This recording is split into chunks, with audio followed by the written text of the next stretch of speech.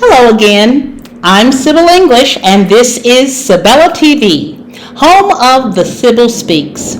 Every week, I come here to read short excerpts from the books I've written and to speak to you directly, honestly, plainly, with truth and love. Right now, I'm reading from my newest book, The Mirror of Love. As you listen today, if something I read makes you think she's talking to me, or you can catch yourself saying, "Oh my goodness, that's exactly how I feel," I hope you'll stay with me. Subscribe, like the program, and meet me here each week as I keep telling the truth, sharing our love, and growing together. All right, let's start with a new chapter. Chapter 3, The Emotional Inheritance. How memory, meaning, and early imprints form the first mirror.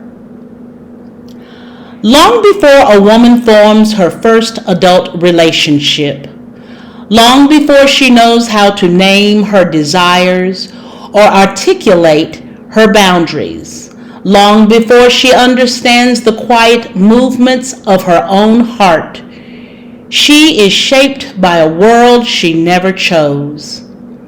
Childhood does not simply raise a person. It establishes the internal patterns that organize her emotional life. In these early years, the first mirror is created, an invisible field where a child learns who she is allowed to be, what must be protected, and how she must move in order to remain safe. This inheritance is not always intentional, but it is always formative. Every tone she heard, every silence she endured, every expression she learned to read, every conflict she witnessed, every warmth, every withdrawal, every inconsistency, every tenderness, every broken promise, each one left a trace. Over time, these traces formed the earliest truths of her inner world, shaping how she interprets affections, how she interprets correction, distance, attention, desire, disappointment, loyalty, and emotional risk. Most people grow up believing they remember events. What they actually carry forward, however, are conclusions. Memory does not preserve moments as they occurred. It preserves what the child determined those moments meant to her. Meanings become the inheritance that travels into her adulthood, resurfacing within relationships in ways that feel immediate, familiar, and instinctive. A child raised in unpredictability learns to anticipate emotional shifts rather than trust emotional presence. A child raised in emotional distance learns to perform strength rather than express need. A child raised in quiet tension learns to monitor the environment rather than rest inside it. A child raised in relentless criticism learns to outrun shame rather than develop inner steadiness. A child raised in inconsistency learns to brace for loss, even during periods of calm. Beneath awareness, these patterns form outside conscious choice. They take root through the body, through the nervous system, through the unspoken language of a household. Before a child has words, she already has patterns. Before she has choice, she already has instinct. Before she has understanding, she already has reflex. This is the emotional inheritance that shapes the first mirror. As a woman matures, this mirror becomes the lens through which she interprets tone, touch, silence, affection, conflict, apology, distance, and commitment. She may believe she is responding to the present moment, yet much of her response is shaped by the emotional residue of her early world.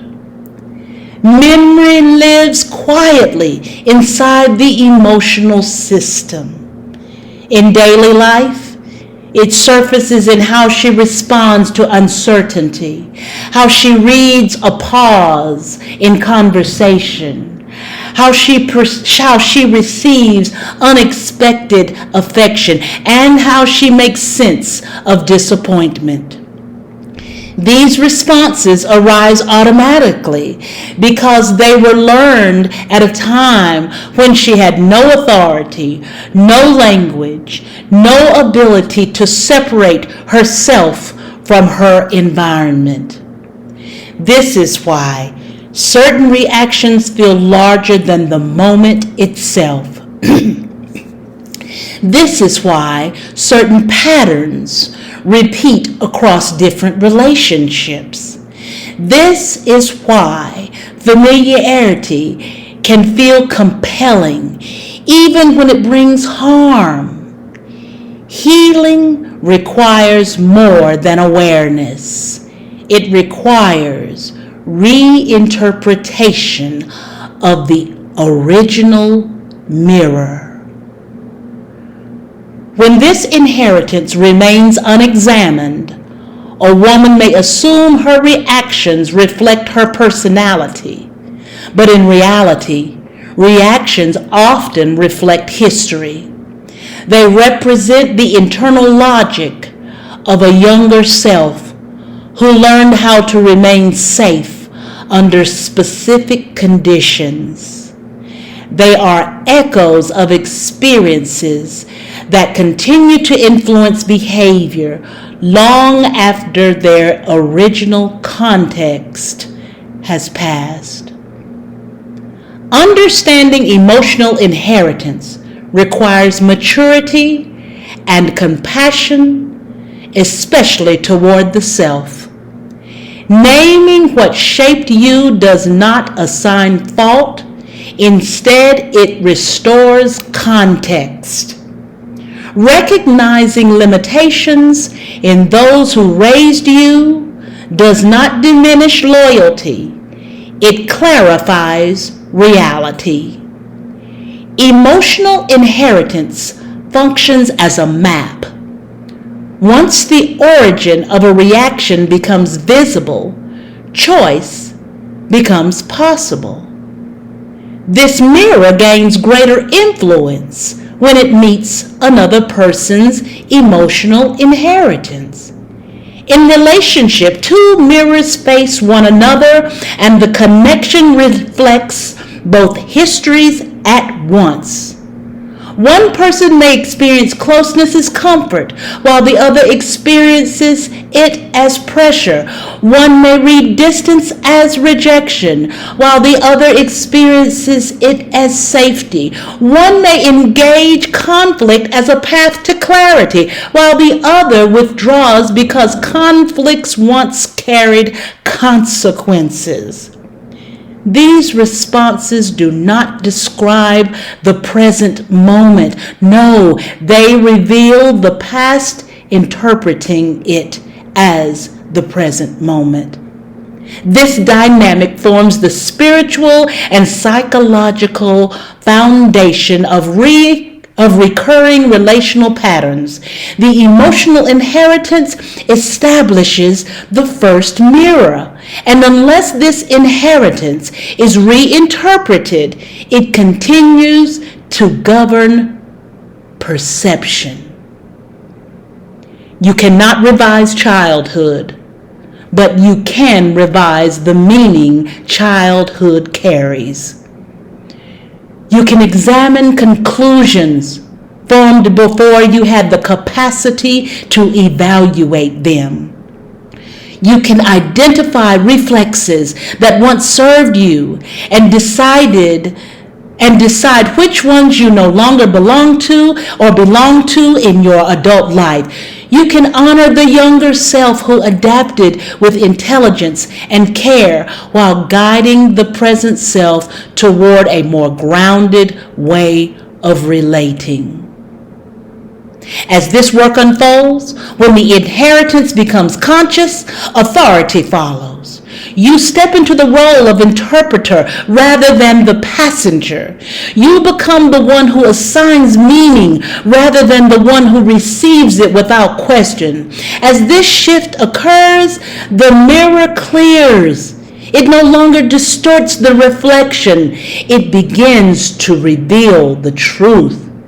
This is where emotional and spiritual growth converge in the willingness to face the first mirror and decide what remains, what transforms, and what is finally released.